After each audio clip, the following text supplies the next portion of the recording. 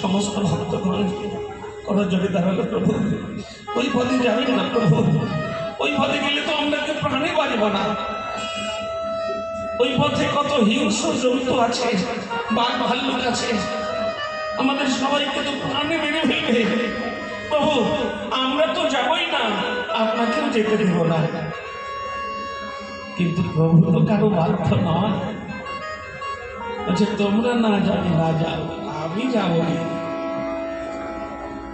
প্রভু না, তোমরা ভয় পেয়েছো তাই তোমাদের সঙ্গে আমি কাউকে নেব না। প্রভু কাউকে না, আপনি একা যাত্রা করবেন এত দূরের পথ, না জানি আপনার না, আমি কাউকে নেব না। অবশেষে ভক্তরা অনেক হাতে পায়ে ধরে একজনকে পাঠিয়েছিল। আহা, তার কথা কি বলবো গো, মহাপ্রভুর সঙ্গে যাত্রা করে তিনি মহাপ্রভুর যে কত সেবা করেছিল সে কথা বর্ণনা করতে গেলে বহু সময় প্রয়োজন মায়েরা, সে কথা বলছি না। তবে এত নিষ্কিঞ্চন বৈষ্ণব আর দেখা যায় না। তিনি হলেন বলভদ্র ভট্টাচার্য, মহাপ্রভুর পুটলি বাহক। পুটলিটা মগল দাবা করে নিয়েছে, আর মহাপ্রভু বিশাল দেহধারী ব্যক্তিটা। চৈতন্য চরিতামৃতে কবিরাজ গোস্বামী বর্ণনা করেছে, না যেন লম্বিত ভুজ কনকাবদাত। তো তিনি লম্বা ছিল কতটা জানেন মায়েরা? এখনকার আমরা যে মানুষ, আমাদের হাতের 5.5 হাত লম্বা,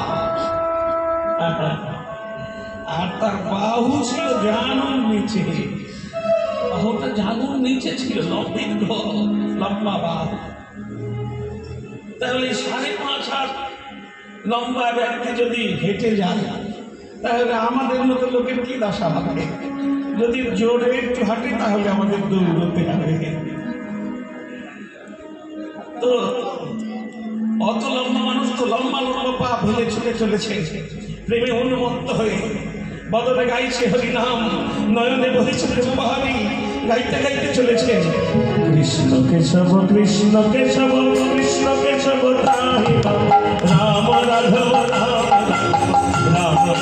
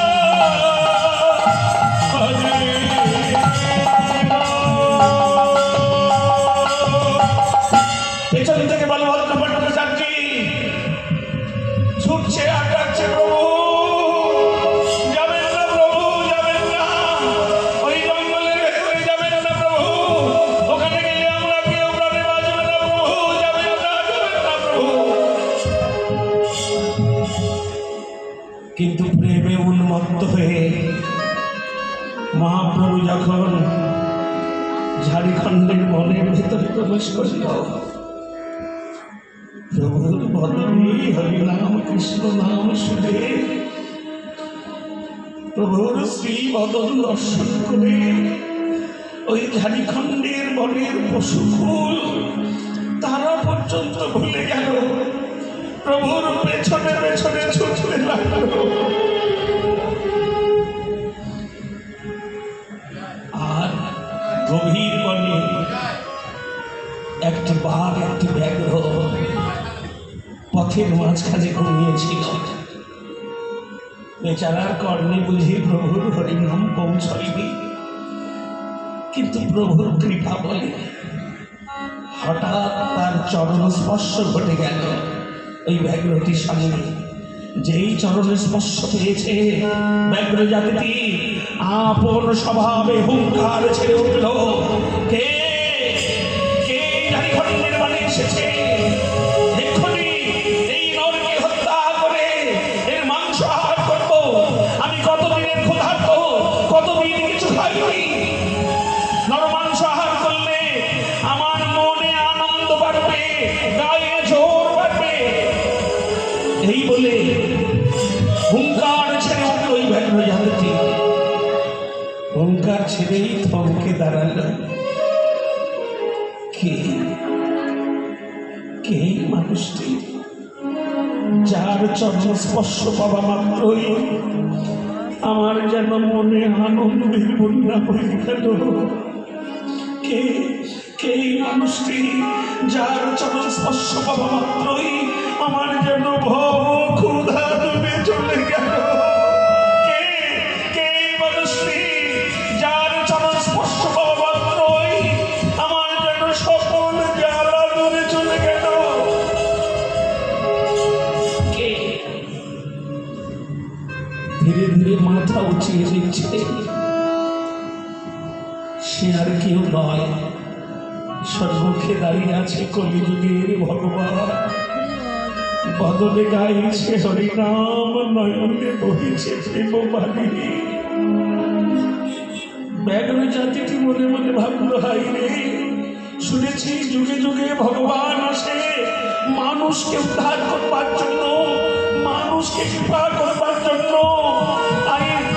এই কলির ভগবান এমনই করুণা এসেছিল, এমনই কৃপা এসেছিল আমাদের মতো পশুকুলকে উদ্ধার করবার জন্য। এই ঝাড়খণ্ডের মধ্যে এসেছে।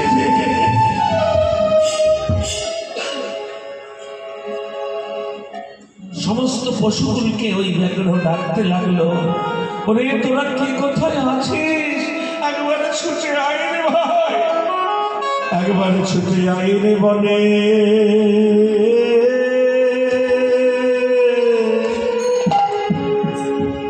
বনের পশু